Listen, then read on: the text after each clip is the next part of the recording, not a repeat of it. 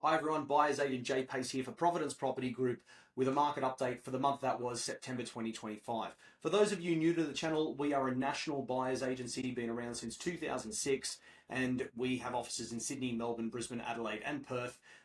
We believe that there is always an opportunity somewhere and we turn dreams into addresses. We help you to be a player and not a spectator in your wealth journey, focusing on quality properties over quantity. We've been operating since 2006 and our experience will ensure no sleepless nights worrying about property markets. On this channel, we talk about all things property, but most importantly, I read the news and separate the fact from the fiction so you don't have to. All right, now let's have a quick look at the hedonic home value index from Cotality and just look at the performance there. Darwin, best performer for the last month, but also the best performer for the last 12 months. So from the 30th of September 2024 to the 30th of September 2025, I'm going to say this one more time because I keep getting questions about it. I am not recommending people buy in Darwin. It is like skydiving during nighttime. You do not know when you're going to hit the ground with this. That market has been doing nothing for well over a decade. It's all of a sudden had a bit of a bump, and I believe it's based on affordability requirements from national investors looking to find a place that's cheap.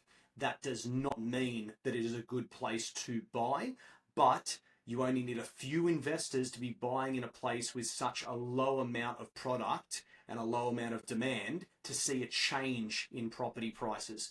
Don't let that false flag draw you in. I would not be buying there. That's me personally. Then we've got Perth 1.6%, followed by Brisbane at 1.2%. And then if we have a look at a little bit more of the longer term data, what we can see here is we've got the past 5 years of performance, still Perth 82.7% up, followed by Brisbane at 80.1% and then Adelaide at 77.2% capital growth. Also, if we look at how the market's kind of reacted to the first rate cut that we received, which was back in February of this year, Darwin again, best performer, up 12%. And of course, one of the reasons why people are doing that, the rental yields in Darwin are the highest in Australia. I think they're currently above 6%. So a lot of people are going, oh, I want something positively geared. But after you do all of your numbers, you've paid your stamp duty going in, your rental management fees, your insurance costs, etc., is it really worth the risk for the maybe couple $1,000s you're making after tax per year? In my opinion, 100% no. Now let's have a look at the speed of the market. And in alphabetical order, we've got Adelaide up $53,000 or $1,000 per week. Then we've got Brisbane up $85,000, the best performer in Australia at the moment, and certainly the fastest, up $1,600 per week. Melbourne keeps surprising me every single month. This little thing comes out of the gate just pushing harder and harder. And I can tell you from the feedback of our team on the ground there, it is moving quickly. And we're getting properties that are going to auction, and we're waiting a couple of weeks before the auction's done, and then we organise a building and pest inspection, let's say maybe a week before. And we can't do that anymore because what's happening is property's going to auction, and within a week of it being advertised for auction, we're getting phone calls from the agent saying, make me an offer today. And we're going, well, we thought we had 3 weeks left. We were going to order a building and pest inspection in a few weeks' time and do it then. The reason we were going to wait is if a better property came up, why waste our clients' money spending $1,000 on a B&P when we're not actually going to even end up going to auction for that product?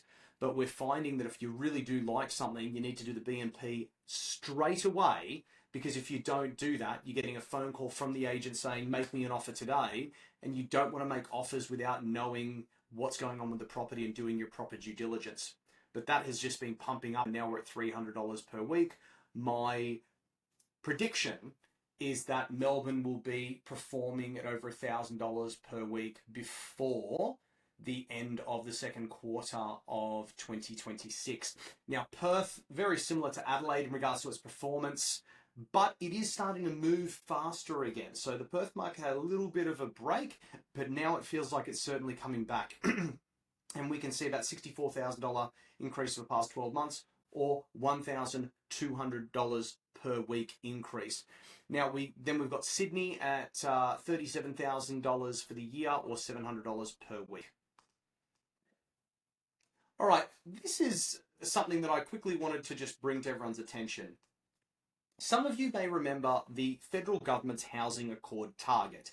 That was involving a build of 1.2 million well-located homes across the country over the next 5 years. So that was 2024 to 2029. Breaking down those numbers, that is 240,000 dwellings per year. Now, just to give you some context, at the peak of our supply in 2017, so let's go back a little bit, we built approximately 220,000 dwellings. Okay, that was the peak.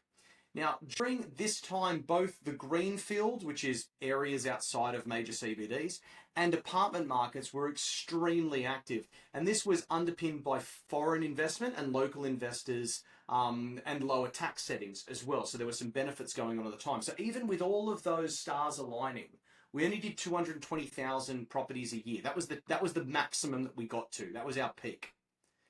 Australia's now on track to build less than 1 million homes over the next 5 years. And that's well below the federal state government's target of 1.2 million. Now, this chart that I have here, this graph, basically what it shows here is it shows each of the major capital cities. It shows the amount of new dwellings required over the next 5 years, what that is per annum, but also the amount of workers that are required to do it. Because not only, do we have an issue with red tape and getting these things approved, but also we don't have enough people to do the labour. So 1.2 million new dwellings and 90,000 new residential building workers are required.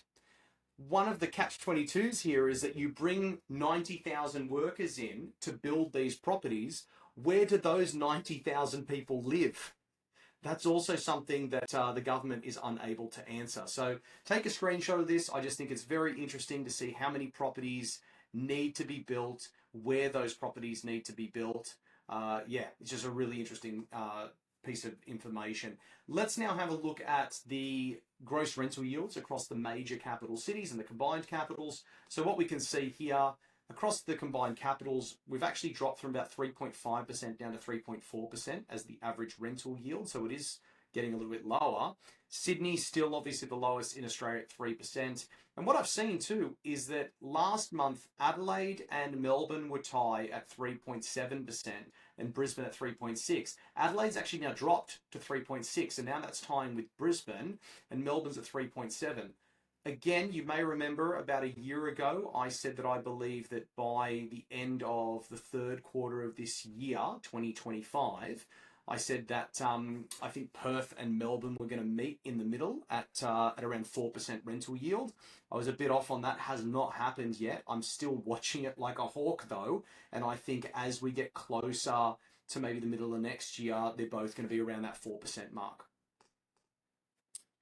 Cash flow. Okay, this is us just having a look at the cash flow analysis side of purchasing an investment property. 3.4% is the new average rental income across the combined capitals. The median dwelling value now at $941,457, which means that a rental income on this median dwelling value is about $32,000. Now we then take away, and I've adjusted it, it used to be at 6.5%, but really with these rate drops, it does look like clients are getting much better rates now. I'm still being conservative at 6%. At 6%, you're basically paying out about a $56,500 interest component to the bank every single year.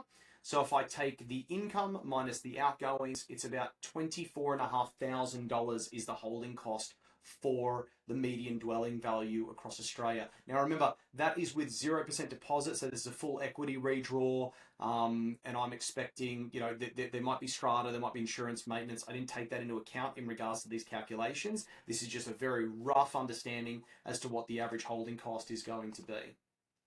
Okay, now let's have a quick look at residential vacancy rates. Now, as you can see here from the circle, these have dropped and stayed low since COVID. So the amount of properties that are available for rent has just dropped significantly. And the average 20-year national vacancy rate is about 2.7%. And currently we're at 1.2%, so significantly below that. I also took the data over the last 20 odd years nearly and put together just the vacancy rates from 2008 to 2025. And what I wanted to look at here is I just wanted to look at which capital cities had the lowest vacancy rates and where they were basically at compared to the average vacancy rate we're seeing right now. And what we can see there is that currently Brisbane, Adelaide and Perth are all below the national average.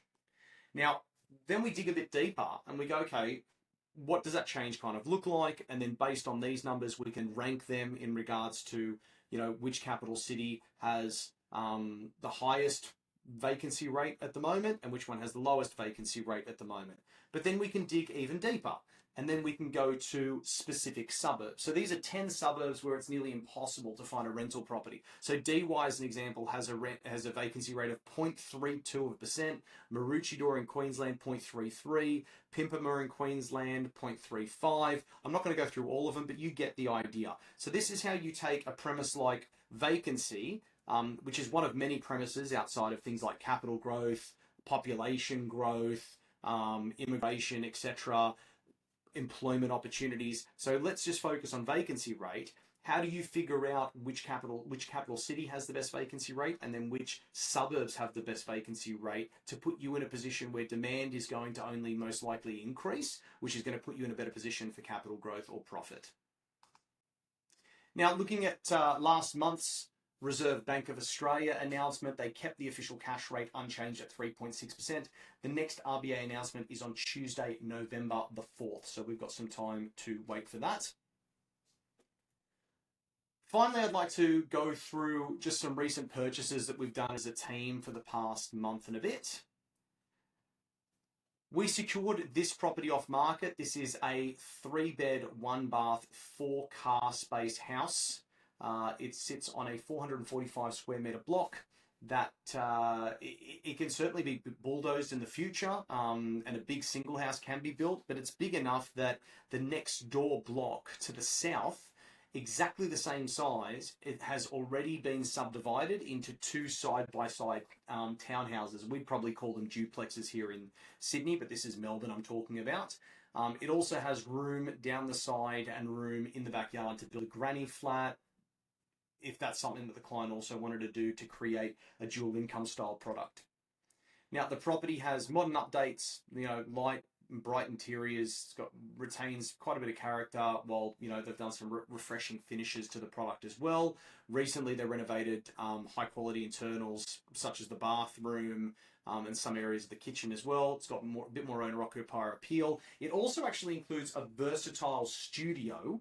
It's likely a detached or semi kind of separate space, like a granny flat. Some people call it a teenager's retreat. They've got all these words for it, but it definitely adds some flexibility for the product itself and makes it quite attractive.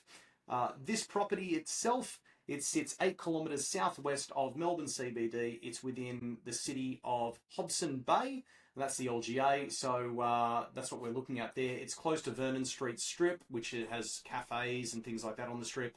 Easy access towards Williamstown Beach in one direction and Melbourne CBD in the other. So the property is in walking distance to amenities and accessible via nearby freeways. We bought it for $1.225 million. If this was a property that we'd be renting out, $750 a week or 3.1% gross rental yield. So this is a really good product. I really like this one.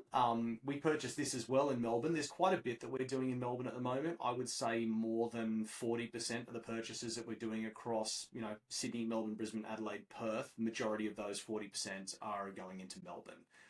We purchased this beautiful house that's sitting on a 379 square metre block. It's in the city of Brisbane.